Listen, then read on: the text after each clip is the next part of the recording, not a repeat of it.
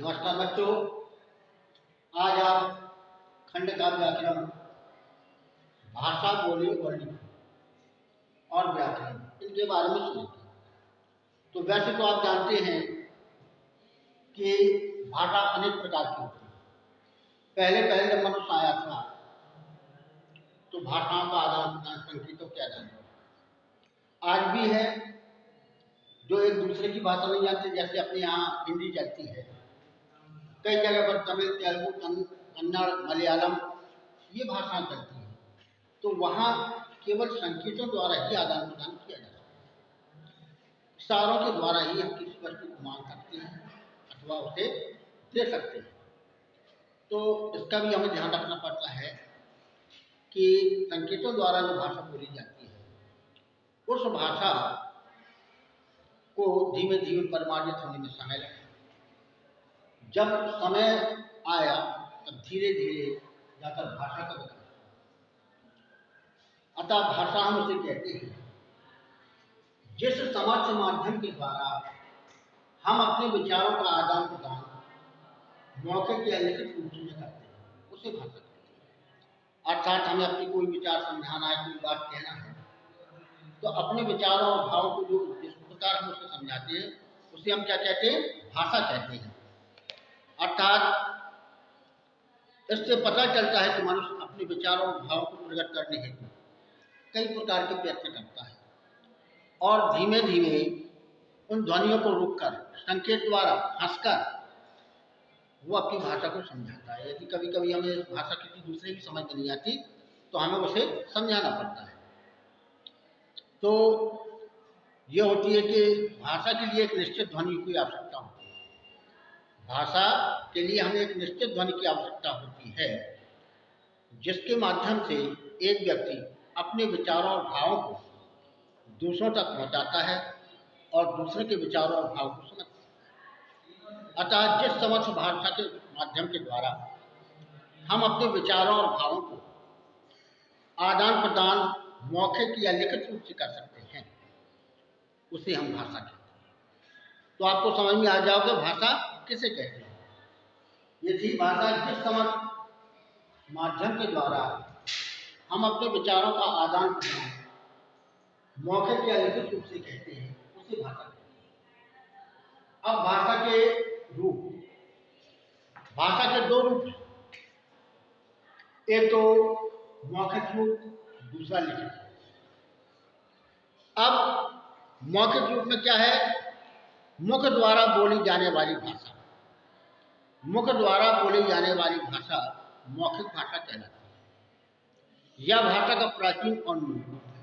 अर्थात पहले लोग मुंह से बोलकर ही काम चलाते थे, उन्हें क्योंकि कागज का ज्ञान नहीं था, न लिखने का ज्ञान था।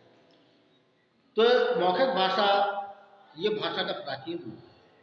अर्थात लोग बोलकर ही अपना काम चलाते थे। अपने विचारों तथा भावों को बोलकर प्रकट करने को मौखिक भाषा कहते हैं।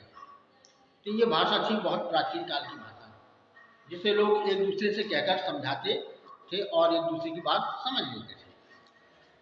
अब दूसरी है लिखित भाषा। कौन सी है? लिखित भाषा।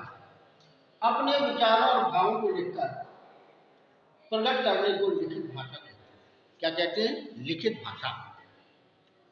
अर्थात भाषा के जिस रूप में व्यक्ति अपनी बात लिखकर प्रकट करता है, भाषा के जिस रूप में व्यक्ति अपनी बात लिखकर प्रकट करता है और भावों को लिखकर दूसरे को पहुंचाता है, उसे भाषा का लिखित रूप कहते हैं। अब लिखित भाषा का कुछ महत्व भी है। महत्व क्या है? भाषा जगत में लिखित भाषा का अत्यधिक महत्व है, क्योंकि हम लिखित भाषा के माध्यम से ही ज्ञान को उसको आने वाली पीढ़ियों तक पहुंचाते हैं। जो ज्ञान हमारे पास अर्जित है हम लिखकर उसे रख जाते हैं, जो हमारी पीढ़ियां उसे याद करती हैं। क्योंकि मनुष्य का जीवन स्थायी नहीं है, तो वो जो अपना ज्ञान अर्जित करता है वो लिखकर चला जाता है, जिससे हमारी पीढ़ियां उसे प्राप्त कर सकें। रामायण, महाभारत, रामचरितमानस जैसे ये ग्रंथ हुए हैं जिन्हें हम आज भी पढ़ रहे हैं, तो क्या हुआ? वो अपने विचारों को लिखकर हम लोगों को समझाकर चले गए। तो इस प्रकार हमारे ज्ञान कोश में वृद्धि होती है और आगे आने वाली पीढ़ियां उस ज्ञान को प्राप्त कर सकती हैं। यानी जो लिखित होती है, मौखिक में तो बोला समाप्त हो गया, लिखित चीज हम जो लिख जाते हैं वो हमारी आगे आने वाली पीढ़ियां भी उसे पढ़ सकती हैं और लिख सकती हैं। तो ये है कि हमारे पूर्वज जो उनका लिखित रूप हमें सौंपा गया है, इसी तरह गणित, विज्ञान, ज्योतिष जैसी विद्याओं के विषय में जानकारी इसलिए वर्तमान ज्ञान पा रहा है, अर्थात जो लिख गए हैं, जो दवाइयाँ लिख गए हैं, जो गणित में ज्ञान लिख चुके हैं, उन्हें हम आज पढ़ रहे हैं। क्यों? यदि वो न लिख जाते तो हम कैसे ज्ञान प्राप्त करते? इसलिए लिखित भाषा का ज्ञान बहुत ही आवश्यक है, क्योंकि लिखित भाषा से हम अपनी आगे वाली पीढ़ियों तक वो ज्ञान बांट सकते हैं। तो भारतीय भाषाओं के अलावा विश्व में कई अन्य भाषा, भारतीय भाषा ठीक है, हिंदी है, कई तमिल है, इसके अलावा भी संपूर्ण संसार में बहुत सी भाषाएं हैं, जैसे जर्मन, चीनी, फ्रांसीसी, अंग्रेजी, रूसी और अरबी, उर्दू आदि। वस्तुतः प्रत्येक राष्ट्र की अपनी भाषा होती है, प्रत्येक देश की अपनी अपनी अलग अलग भाषा होती है। चीनी भाषा होगी, रूस वगैरह की रसिया भाषा होगी। तो ये भाषाएं जिस देश की अलग अलग होती हैं। इसके द्वारा किसी देश की संस्कृति और सभ्यता को समझने में सहायता मिलती है, अर्थात इस भाषाओं के द्वारा हम वहाँ की संस्कृति और सभ्यता का ज्ञान होता है कि कितनी पुरानी है। अब आती है आपकी मातृभाषा। वह भाषा जिसे बच्चा अपने परिवार से सीखता है उसे मातृभाषा कहते हैं। मातृभाषा वह भाषा है जिसे बच्चा अपने परिवार से सीखता है, उसे मातृभाषा कहते हैं। अर्थात मातृभाषा के से तात्पर्य उस भाषा से है, अर्थात मातृभाषा किसे कहता है? उस भाषा से है जिसे बच्चा सबसे पहले अपनी माँ और परिवार से सीखता है। मातृभाषा क्या है? क्योंकि माँ के साथ बच्चा ज़्यादा रहता है और उसी के साथ रहने से वो पहले उसी भाषा को सीखता है। तो परिवार में रहकर जो बच्चे होते हैं जो कुछ बोलते हैं उन्हीं से सीखता है। तो परिवार के अन्य सदस्यों के ये जो भाषा ग्रहण करता है, माँ बच्चे के सबसे नजदीक होती है, यानी बच्चा माँ के सबसे अधिक नजदीक होता है, तो वो जो भाषा सिखाती है उसे वो सीखता रहता है। बच्चा अपनी माँ के द्वारा बोले गए अक्षरों को, यानी माँ उसका जो कुछ बोलती है उन अक्षरों को बड़ी गौर से सुनता है और धीमे धीमे उन्हें सीख भी लेता है। अर्थात माँ जो शब्द बोलती है उन शब्दों को बच्चा बड़े गौर से सुनता है। गौर से सुनने के पश्चात उस पर अध्ययन करता है, मनन करता है, इसके पश्चात वो भी उस भाषा को सीख जाता है। तो जैसे यदि बच्चे की माँ पंजाबी बोलती है, देखिए ये भी पंजाबी सब अलग अलग जाते हैं, यदि उस बच्चे की माँ पंजाबी है तो बच्चा पंजाबी सीख लेता है। अर्थात पंजाबी बोलेगी, धीरे धीरे उन शब्दों को ग्रहण करके वो पंजाबी बोलने लगेगा, क्योंकि वो उसकी मातृभाषा है। जो हिंदी भाषी होगा वो अपनी माँ के द्वारा सुने गए शब्दों को अच्छी तरह से ग्रहण करेगा और उसे सीख जाएगा। इसलिए ये बच्चे प्रारंभ से ही, मान लो पंजाबी है तो पंजाबी सीख जाते हैं, अंग्रेज है तो अंग्रेजी सीख जाते हैं। ये कौन सी है? इनकी मातृभाषा हो जाती है, जिससे वो सरलता से प्राप्त कर लेते हैं और उसको ग्रहण करते हैं। हाँ। और यही भाषा उसकी मातृभाषा, अर्थात अंग्रेज है उसका बच्चा बड़ा होता है तो यही भाषा उसकी मातृभाषा होती है, यानी अंग्रेजी। पंजाबी है तो बच्चा पंजाबी ग्रहण कर लेता है और पंजाबी सीख जाता है, यही उसकी मातृभाषा हो जाती है। और यदि हिंदी है तो हिंदी भाषी हो जाता है और यही उसकी मातृभाषा कहलाती है। अतः वह भाषा, अब उसने कहा है अतः वह भाषा जिसे बच्चा अपने परिवार से सीखता है उसे मातृभाषा कहते हैं। अतः जो भाषा बच्चा अपने परिवार से सीखता है उसे मातृभाषा कहते हैं। अब देखिए, मातृभाषा की बात आती है राष्ट्रभाषा। यह है राष्ट्रभाषा, वह भाषा जो देश के अधिकतर निवासियों के द्वारा प्रयोग में लाई जाती है। राष्ट्रभाषा वह भाषा जो देश के अधिकतर निवासियों द्वारा प्रयोग में लाई जाती है, राष्ट्रभाषा कहलाती है। अब राष्ट्रभाषा कैसे हुई? तो राष्ट्रभाषा के विषय में जानिए। वह भाषा जो देश के अधिकतर निवासी जिसका प्रयोग करते हैं। सभी देशों की अपनी अपनी राष्ट्रभाषा होती है, यानी ये नहीं है आपकी हिंदी है, किसी की अंग्रेजी होगी, किसी की जर्मनी होगी, तो ये भाषाएं अलग अलग होती हैं। चीनी की चीनी भाषा, ये भाषाएं हर एक देश की अलग अलग होती हैं। जैसे अमेरिका में अंग्रेजी, चीन में चीनी, जापान में जापानी, रूस में रूसी आदि। लेकिन भारत की राष्ट्रभाषा क्या है? हिंदी। भारत की राष्ट्रभाषा क्या है? हिंदी। ये राष्ट्रभाषा है हमारे भारत की राष्ट्रभाषा कौन सी है? हिंदी। यह लगभग 70 से 75% लोगों के द्वारा प्रयोग में लाई जाती है। अर्थात राष्ट्रभाषा क्यों है? क्योंकि 70 से 75% लोग इस भाषा का प्रयोग करते हैं, इसलिए इसे राष्ट्रभाषा कहते हैं। अब राष्ट्रभाषा की परिभाषा हो गई। वह भाषा जो देश के अधिकतर निवासियों के द्वारा प्रयोग में लाई जाती है, राजभाषा कहलाती है।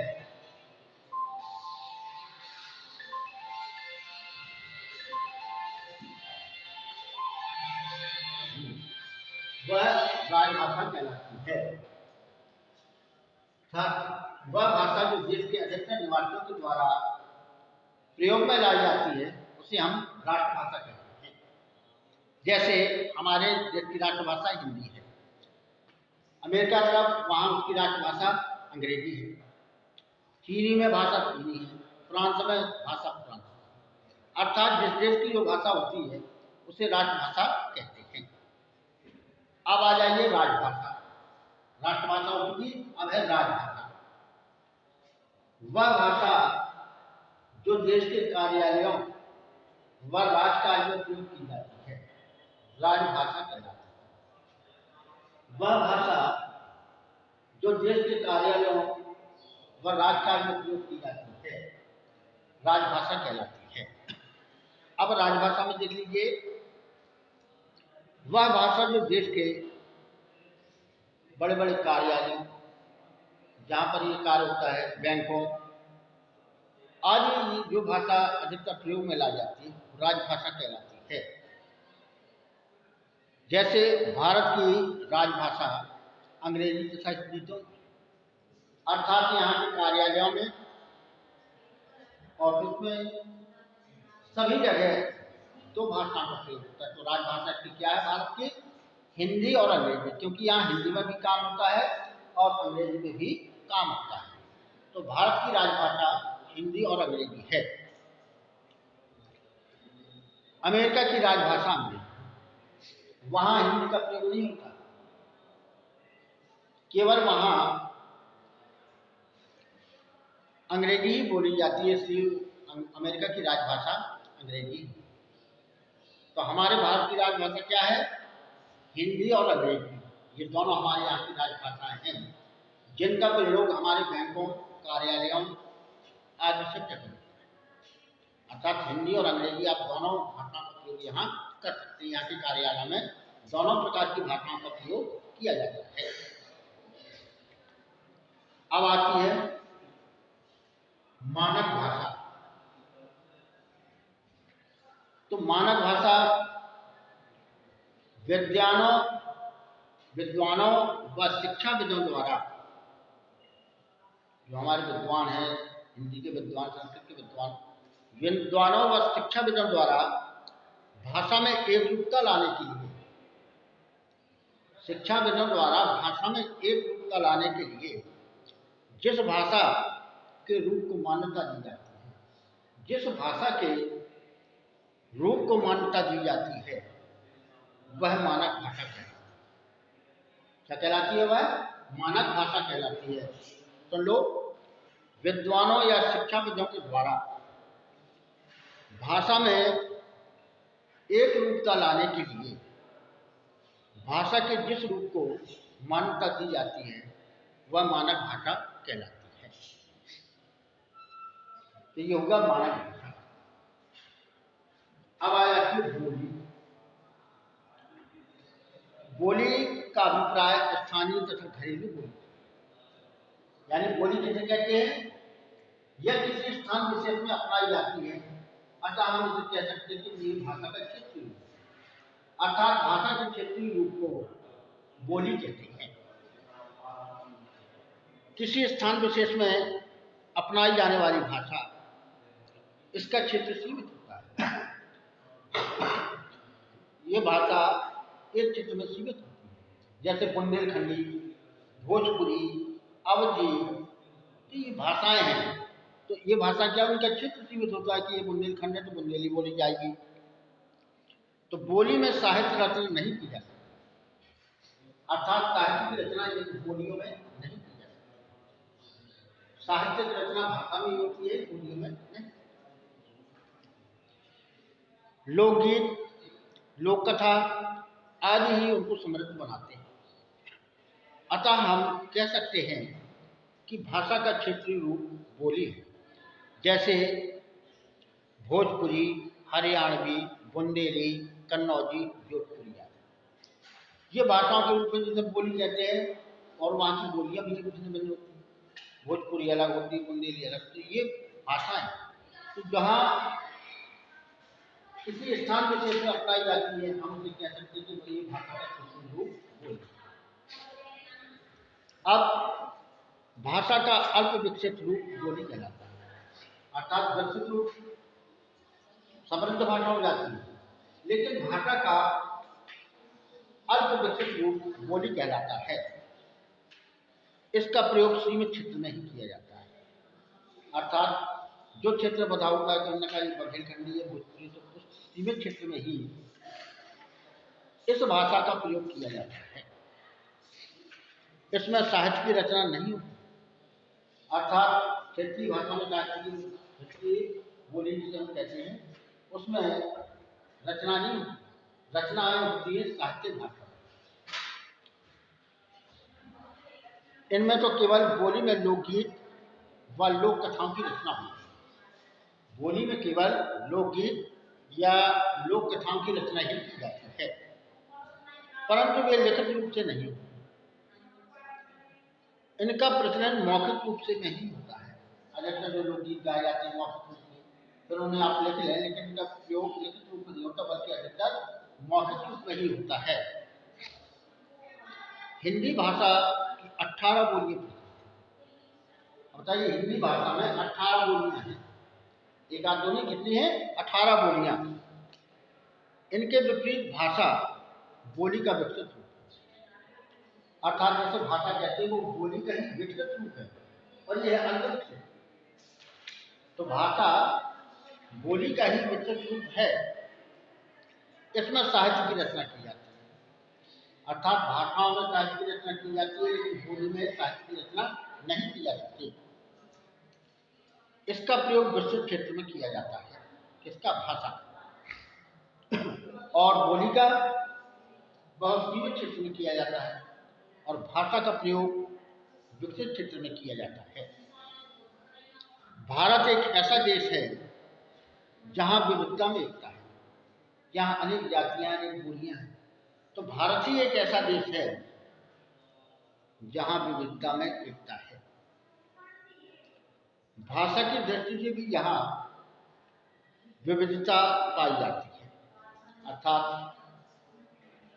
भारत देश में ही कई बोलियां हैं, तमिल, तेलुगु, कन्नड़, मलयालम, पंजाबी, उर्दू, ये सभी भाषाएं हमारे देश में ही पाई जाती हैं, क्योंकि भिन्न है, लेकिन क्या है, ये बोलियां हैं, इनका क्षेत्र सीमित है, लेकिन सभी जगह में साहित्य रचा जाता है, साहित्य रचा जाता है भाषाओं में, ये भाषाओं में साहित्य रचा जाता है। यहाँ के सभी राज्यों में अलग अलग भाषाएं बोली जाती हैं।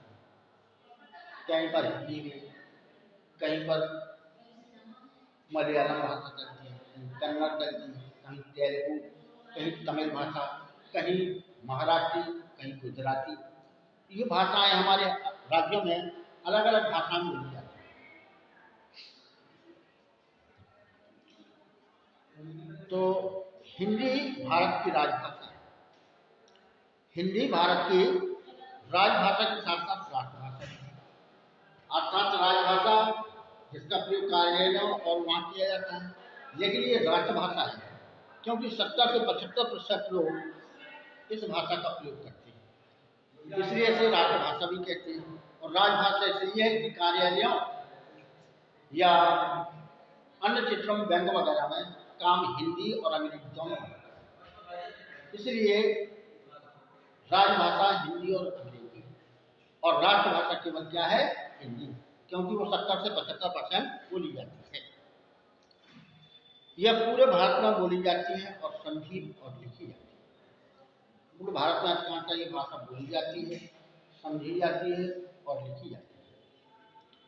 प्रत्येक राज्य की अपनी भाषा है।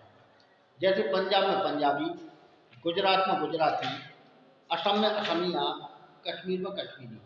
ये भाषाएं अपनी अपनी राज्यों में बोली जाती है। भारतीय संविधान में 22 भाषाओं को मान्यता दी गई है। कितनी भाषाओं को मान्यता दी गई है? 22 भाषाओं को मान्यता दी गई है। जैसे हिंदी, असमिया, बंगाली, डोगरी, बोडो, उर्दू, नेपाली, गुजराती, कन्नड़, कश्मीरी, कोंकणी, मैथिली, मलयालम, मराठी, मणिपुरी, उड़िया, पंजाबी, संस्कृत, संथाली, सिंधी, तमिल और तेलुगु। ये कुल मिलाकर भारतीय संविधान में 22 भाषाओं को मान्यता दी है। वो 22 भाषाएं भी हमने पढ़ को सुनाई है। तो संविधान में कितनी भाषाओं को मान्यता दी है? 22। भारतीय संविधान में 22 भाषाओं को मान्यता प्रदान की। अब हिंदी भाषा का महत्व। हिंदी भाषा 18 करोड़ से भी अधिक भारतीयों द्वारा प्रयोग में लाई जाती है। उत्तर प्रदेश, उत्तराखंड, हरियाणा, दिल्ली, मध्य प्रदेश, हिमाचल प्रदेश, छत्तीसगढ़, बिहार आदि। तीसरी यह है फिजी, सूरीनाम, त्रिनिदाद, मलेशिया आदि देशों में भी बोली जाती है। सन 1991 की जनगणना के अनुसार हिंदी भाषियों की संख्या चीनी भाषियों से अधिक थी। डॉक्टर जयंती नौटियाल ने 20 वर्षों तक के हिंदी तथा विश्व की अन्य भाषाओं संबंधी आंकड़ों में सिद्ध किया है कि हिंदी बोलने वालों की संख्या अंग्रेजी तथा चीनी भाषियों से अधिक है। अर्थात हिंदी विश्व में सर्वाधिक बोली जाने वाली भाषा है। विदेशी फिल्मों का हिंदी में अनुवाद किया जाता है ताकि मुनाफा हो सके, क्योंकि हिंदी भाषी अधिकांशता है। हिंदी धारावाहिक, विज्ञापन, समाचार चैनल आदि दूसरों के मुकाबले अधिक देखे जाते हैं। 14 सितंबर सन 1949 को हिंदी भारत की राजभाषा के रूप में स्वीकार की गई और केंद्रीय सरकार के कामकाज के लिए अनिवार्य घोषित कर दी गई। इस दिन का प्रतिवर्ष हिंदी दिवस के रूप में मनाया जाता है। अर्थात इस दिवस को क्या है, हिंदी दिवस के रूप में मनाया जाता है। हिंदी विश्व की एकमात्र वैज्ञानिक भाषा है जो बोलने और लिखने में संभव है। यह फिजी देश की राजभाषा है। संपूर्ण भारत में हिंदी का प्रयोग राजभाषा, राष्ट्रभाषा तथा संपर्क भाषा के रूप में किया जाता है। इतनी विशेषता शायद ही किसी अन्य भाषा में दिखाई देती है। अतः हमें हिंदी का प्रयोग करते समय गौरव का अनुभव करना चाहिए। अब आता है लिपि।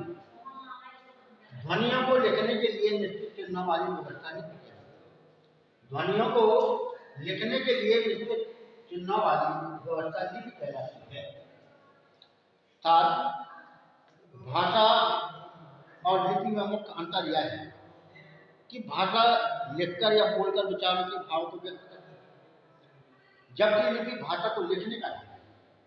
अर्थात भाषा लिपि में यह है कि भाषा लिखित और वक्र दोनों हो सकती है, लेकिन लिपि क्या है, भाषा को लिखने का ढंग बताती है, यह लिपि कहते हैं। अब प्रमुख भाषाओं की लिपि जानिए। हिंदी भाषा की लिपि है देवनागरी। हिंदी भाषा की लिपि है देवनागरी। संस्कृत भाषा की कौन सी लिपि? देवनागरी। ये दोनों भाषा देवनागरी लिपि में लिखी जाती है। दूसरी तीसरा है पंजाबी। पंजाबी की लिपि है गुरमुखी। पंजाबी की लिपि क्या है? गुरमुखी। चौथा है उर्दू। उर्दू की लिपि है फारसी। पांचवा है अंग्रेजी। अंग्रेजी की लिपि है रोमन। अंग्रेजी की लिपि क्या है? रोमन। और जर्मन, जर्मन की लिपि है रोमन, यानी जर्मन की भाषा है वो भी रोमन लिपि में लिखी जाती है। तो ये थी भाषाएं और उनकी लिपियां। हर भाषा के अपने अपने नियम होते हैं। अब आ जाइए व्याकरण। व्याकरण वह शास्त्र है जिससे हमें किसी भाषा के शुद्ध प्रयोग का ज्ञान होता है। भाषा वह है जिससे हम 3 स्तर पर ज्ञान होता है। हर भाषा के अपने नियम होते हैं। व्याकरण उन नियमों को एक स्थान पर इकट्ठा करके व्याकरण उन नियमों को एक स्थान पर इकट्ठा करके उन्हें पाठकों तक पहुंचाता है और समाज उस भाषा का एक मानक रूप विकसित करता है। ये व्याकरण के द्वारा ही संभव है, बिना व्याकरण के हम इसे नहीं कर सकते। अतः व्याकरण वह शास्त्र है जिससे हमें किसी भाषा के शुद्ध प्रयोग का ज्ञान होता है। भाषागत शुद्ध ज्ञान प्राप्त करने के लिए व्याकरण का गहन अध्ययन करना आवश्यक है। व्याकरण के बिना भाषा का शुद्ध रूप असंभव है। व्याकरण में ही हमें किसी भाषा के स्थिरता शुद्धता का भाव व मानकता आती है। अब व्याकरण भाषा के 3 स्तर हैं। कौन कौन? वर्ण विचार, शब्द विचार और वाक्य विचार। कौन कौन से 3 स्तर हैं?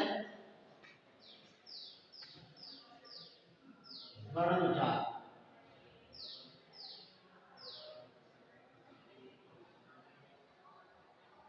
दूसरा शब्द विचार, शब्द विचार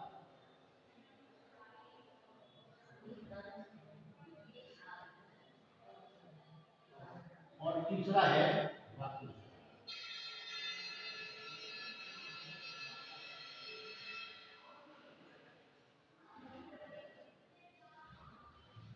तो ये इसके 3 नियम हैं: शब्द विचार, वाक्य विचार और वर्ण विचार। अब देखिए वर्ण स्तर पर यानी वर्ण विचार, इसके अंतर्गत वर्णों के आकार, उच्चारण तथा व्यवस्था के बारे में विचार किया जाता है। वर्ण विचार में इसके अंतर्गत वर्णों के आकार, उच्चारण तथा व्यवस्था के बारे में विचार किया जाता है। यह हो गया वर्ण विचार। अब शब्द विचार, इसके अंतर्गत शब्द रचना तथा शब्द भेद के बारे में विचार किया जाता है। तीसरा है वाक्य स्तर पर यानी वाक्य विचार। इसके अंतर्गत वाक्य भेद, वाक्य संश्लेषण, वाक्य विश्लेषण तथा विराम चिन्हों का उपयोग किया जाता है। तो ये चीज अभी व्याकरण। अब साहित्य किसे कहते हैं? साहित्य ज्ञान के संकेत को साहित्य कहते हैं। साहित्य किसे कहते हैं? तो ये है ज्ञान के संकेत कोश को साहित्य कहते हैं। साहित्य 2 प्रकार का होता है, एक गद्य साहित्य, दूसरा पद्य साहित्य। तो गद्य साहित्य जब विचारधारा साधारण रूप में यानी बोलचाल की भाषा में लिखे जाते हैं, जब अपने विचार साधारण भाषा या बोलचाल की भाषा में लिखे जाते हैं, तब वे गद्य साहित्य की कोटि है। साधारण रूप में जब वो लिखे जाते हैं तो क्या कहलाते हैं? गद्य के रूप में आते हैं। इस विधा के अंतर्गत कहानी, लेख, संस्मरण, पत्र, उपन्यास, नाटक आदि गद्य साहित्य है। मुंशी प्रेमचंद की कहानियां व उपन्यास मुंशी प्रेमचंद की कहानियां व उपन्यास बहुत प्रसिद्ध हैं। अन्य गद्य लेखक मोहन राकेश, राघे राघव, भवानी प्रसाद मिश्र, भगवती चरण वर्मा, महादेवी वर्मा, जगदीश प्रसाद, इन्होंने बहुत सी गद्य साहित्य की रचना की। प्रेमचंद की कहानियां तो बहुत ही प्रसिद्ध हैं। नंबर दूसरा है पद्य साहित्य। तो पद्य साहित्य किसे कहते हैं? जब अपने विचारों को काव्य शैली में प्रस्तुत किया जाता है, अर्थात गीतों के रूप में प्रस्तुत किया जाता है, तब वह पद्य साहित्य कहलाता है। पद्य साहित्य क्या है? जब अपने विचारों को काव्य शैली में प्रस्तुत किया जाता है, तब वह पद्य साहित्य कहलाता है। पद्य को गाया जा सकता है। इस विधा के अंतर्गत गीत, कविता, गजल, पद, दोहा, छंद, कवित्त, चौपाई आदि आते हैं। रामचरितमानस गोस्वामी तुलसीदास और श्रीमद् भागवत गीता, जो कि महर्षि वेद व्यास है, अर्थात रामचरितमानस गोस्वामी तुलसीदास और भगवत गीता महर्षि वेद व्यास ने पद्य साहित्य की महान ग्रंथ, अर्थात आज भी घर घर रामायण पढ़ी जाती है। गीता का उपदेश जो व्यास ने लिखा है, गीता के उपदेश आज सभी जगह प्रसिद्ध है। भगवत गीता का महाभारत नामक काव्य बन चुका है। इसके नाटक आपके टीवी पर भी प्रसारित होता है। कबीर, रहीम के दोहे, मीरा के पद, सूरदास के पद, जयशंकर प्रसाद की कामायनी, रामधारी सिंह का कुरुक्षेत्र, अमीर खुसरो की पहेलियां, सुमित्रा नंदन पंत, सुभद्रा कुमारी चौहान की कविताएं, झांसी की रानी, कोयल कदम का फूल आदि पद्य साहित्य के अन्य उदाहरण हैं। अर्थात पद्य साहित्य वो है जो गे पदों में होता है, जिसे हम गा भी सकते हैं, तो इसे कहते हैं हम पद्य। अब आपका ये व्याकरण का समाप्त होता है। अगली कक्षा में हम आपसे पुनः मिलेंगे। जय हिंद, जय भारत।